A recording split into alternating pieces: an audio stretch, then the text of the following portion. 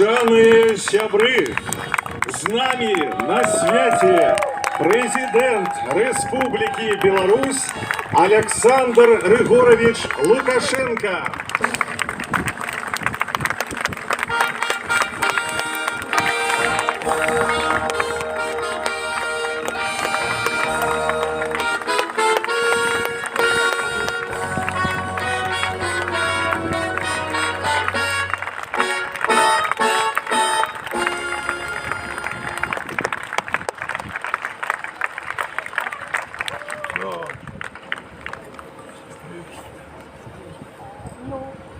Дорогие друзья,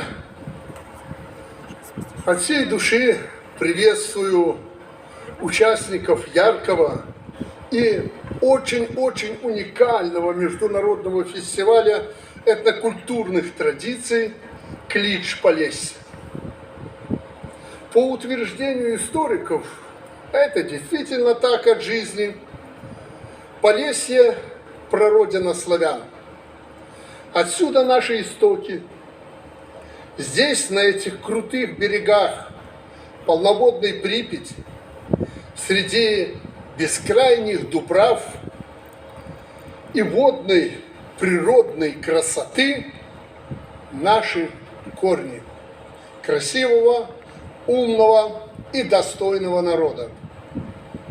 Поэтому, принимая решение о проведении фестиваля в 2010 году, мы полагали, что он станет еще одним поводом собраться вместе трем братским народам, белорусам, русским и украинцам. И, конечно, мы рады видеть здесь, на общей исторической родине, всех славян, всех без исключения и не только их. Мы рады, что к нам приезжают много гостей. Дорогие полюшуки, за годы своей работы президентом я исколесил весь мир. Меня трудно чем-то удивить, но приезжая сюда, я каждый день восхищаюсь, каждый приезд свой восхищаюсь Припятским Полесьем и людьми, живущими на этой земле, с их особой душой, миропониманием и жизненным укладом.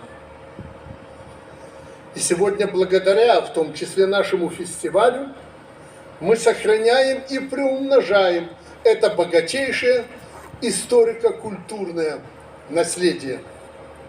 Делаем все, чтобы каждый мог приехать сюда и посмотреть, как жили наши предки, как бережно мы относимся к истории, культуре, к родной земле. Для меня же это место особое еще и тем, что здесь я делал свои первые шаги на посту президента.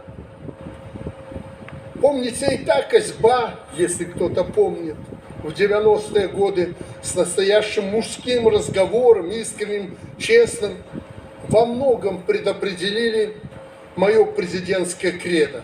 Открыто, прямо, с глазу на глаз говорить с народом и делать все для его блага. Может, кто-то из вас помнит мои первые встречи вот здесь, на дороге, и дороги-то не было.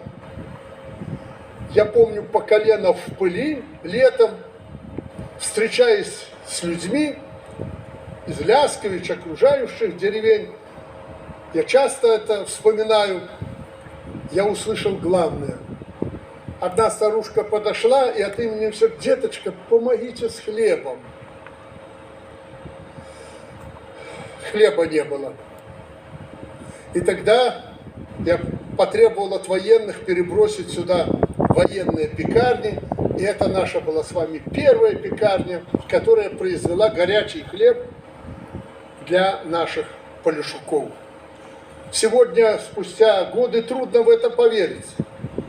Но с этого начиналось. Многие помнят то время.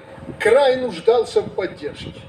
Поэтому полтора десятилетия назад мы приняли программу возрождения Полесья. Были поставлены простые, понятные задачи. Создать новые рабочие места модернизировать производство, а самое главное – повысить качество жизни Полишука. Мы должны только в кино видеть этих людей на болоте и людей у лаптях. Только в кино. Да, мы уже их и видим только в кино. Многое сделали. И то, что когда-то я вам обещал, мы сделали. И сегодня реализуем вместе с вами уже вторую программу возрождения Полесья.